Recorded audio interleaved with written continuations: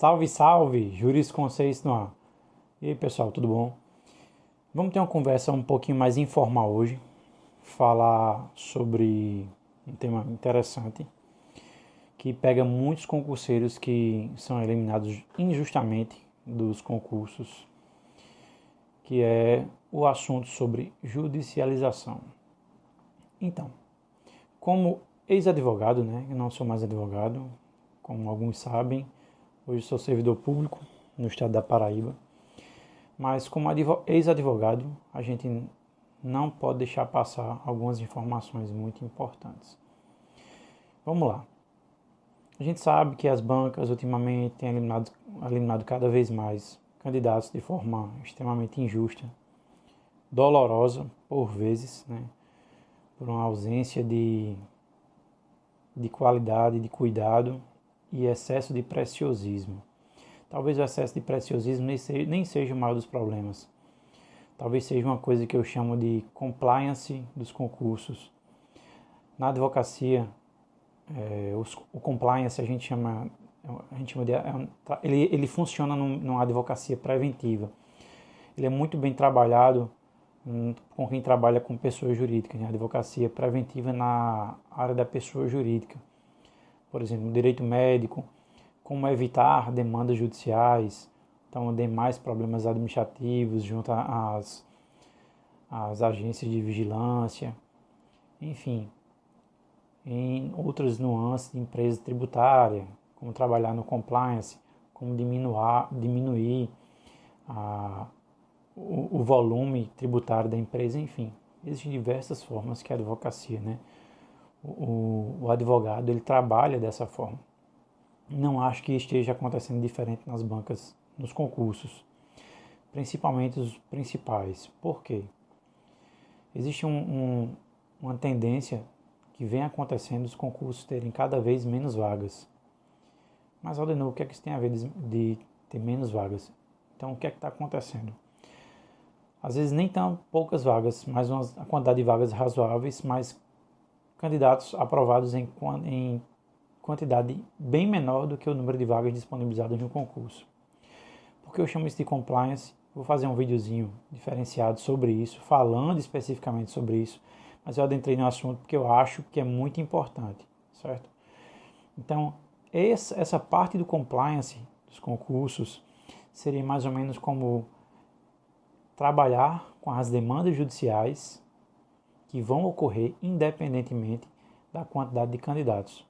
Então, quanto menos candidatos aprovados, melhor, porque quando somar com o número total de candidatos aprovados, quando somar subjúdice com candidatos aprovados sem passar pelo subjúdice, pelo trâmite comum do concurso, vai talvez alcançar aquela quantidade de vagas determinada no concurso. Mas eu não vou falar especificamente sobre isso hoje. Quero falar sobre a judicialização especificamente, tá bom? Quando a gente é eliminado do concurso, a primeira coisa que a gente faz é, poxa vida, né? Estou perdendo a minha chance. Tenho direito, acho que eu tenho direito, vou judicializar. E aí vem na cabeça da gente o quê? X advogados, vai ter advogado cobrando valor ínfimo, vai ter advogado cobrando valor mediano, vai ter advogado cobrando valores absurdos. E vamos ter advogados corretos que trabalham da forma correta e ele precifica o trabalho dele de uma forma justa, porque condiz com aquele trabalho desenvolvido. Repito, peticionar por peticionar, até hoje, até o ChatGPT faz. O trabalho do advogado não se exaure na petição. Ele se exaure no tribunal, nas diligências nas varas, nos cartórios, né? Conversar com o assessor, despachar diretamente com o assessor de magistrado, despachar com o chefe de cartório, despachar com o magistrado especificamente, seja o juiz titular ou substituto, enfim. Existem várias coisas que o advogado precisa fazer para que esse direito ele seja corretamente trabalhado.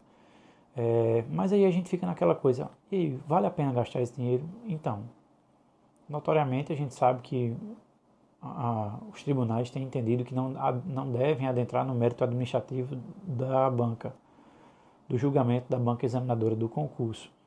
Lógico, todavia, que existem erros grosseiros, que possibilitam esse adentramento, esse acionamento do Poder Judiciário para conseguir obter o êxito, né, o julgamento justo do seu concurso, da sua prova. E o que é que acontece? Nessa situação, nessa demanda que a gente leva, a gente precisa muito bem raciocinar. Espera aí, eu vou ficar dependente da judicialização, eu vou seguir minha vida, eu vou continuar estudando para o concurso, outros concursos que não deixam de acontecer, eu vou deixar de me preparar e viver na esperança. Viver na esperança é diferente de viver da esperança. Viver na esperança é você ter esperança. A esperança ela faz parte da nossa vida. Mas viver da esperança é você alimentar essa esperança e ficar apenas nela. Bater na cabeça ali, ó. Não, meu isso está aqui, meu isso está aqui. Certo? Isso não acontecer, meu amigo. O Poder Judiciário é uma caixinha de surpresa. Depende do advogado só? Não. Ainda que seja um advogado, um excelente advogado, mas não vai depender do advogado. Quem julga sua ação é um magistrado. E a depender do caso, se for no tribunal, vai ser uma turma, né? Vários desembargadores que vão julgar. E isso pesa bastante. Então, assim, você precisa muito fazer esse sopesamento. Gastos, porque os concursos vão continuar vindo. Você deixar de estudar, naturalmente, o que você estaria estudando, para viver dessa esperança da judicialização. Além disso, a gente tem o fato de que isso, como eu falei, além de prejudicar o nosso estudo, a gente precisa saber que esse gasto que a gente tem, ele pode acabar desfazendo outras esperanças, que é de novas aprovações. Cabeça pesada, você viver naquele, meu Deus, hoje vai sair eliminar, hoje vai sair o julgamento. E a gente tem o seguinte, certo, o meu direito é bom, vou judicializar. Perdi a ação, recorri.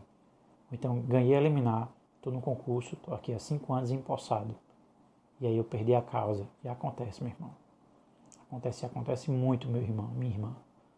Você está lá 8 anos no cargo e perdi a causa. E aí? Perdeu o cargo. E todo esse tempo que passou, que você poderia ter. Porque se você passou em um concurso, naturalmente você vai conseguir passar em outro concurso. Você tem qualidade para isso.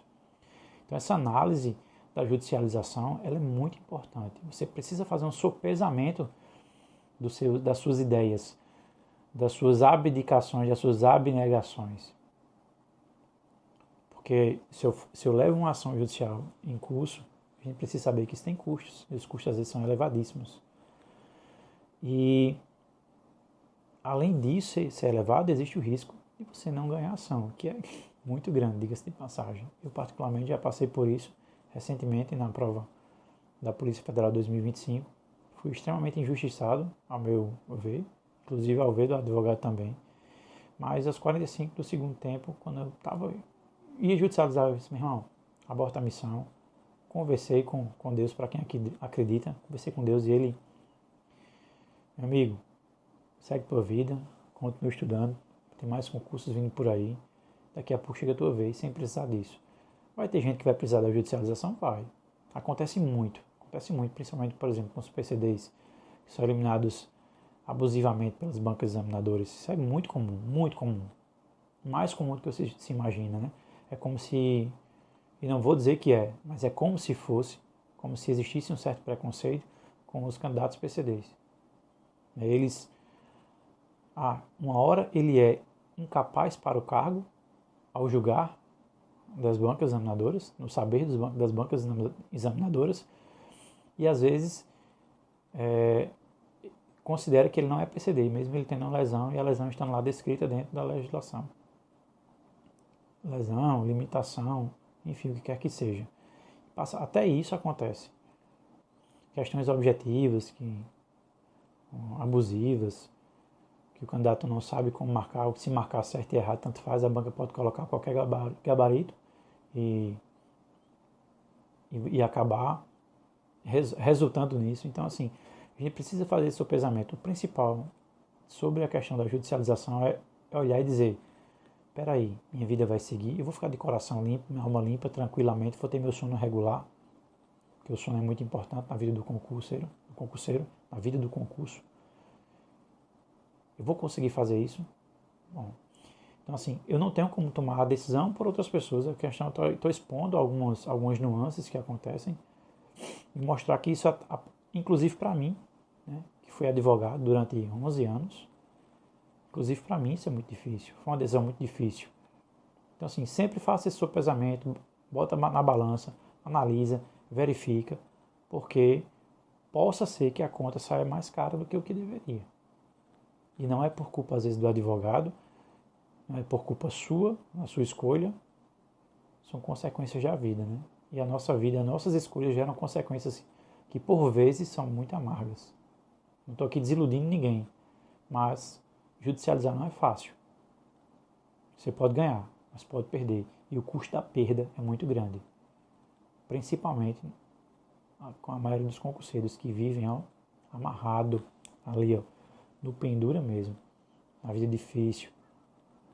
Porque estudar para concurso, a gente sabe, a gente precisa abdicar às vezes de trabalho e a situação da gente fica mais apertada do que o que se desejaria. Então, é isso, pessoal. Quando for judicializar, se precisar judicializar, se precisar de um apoio, pode falar comigo, a gente conversa melhor. Mas sempre pensem bem nessa ideia de judicializar. Muitas vezes pode sair mais caro do que o que aparece. Mas também o êxito pode ser o êxito da sua vida, a sua aposentadoria, digamos assim, dos concursos. Valeu.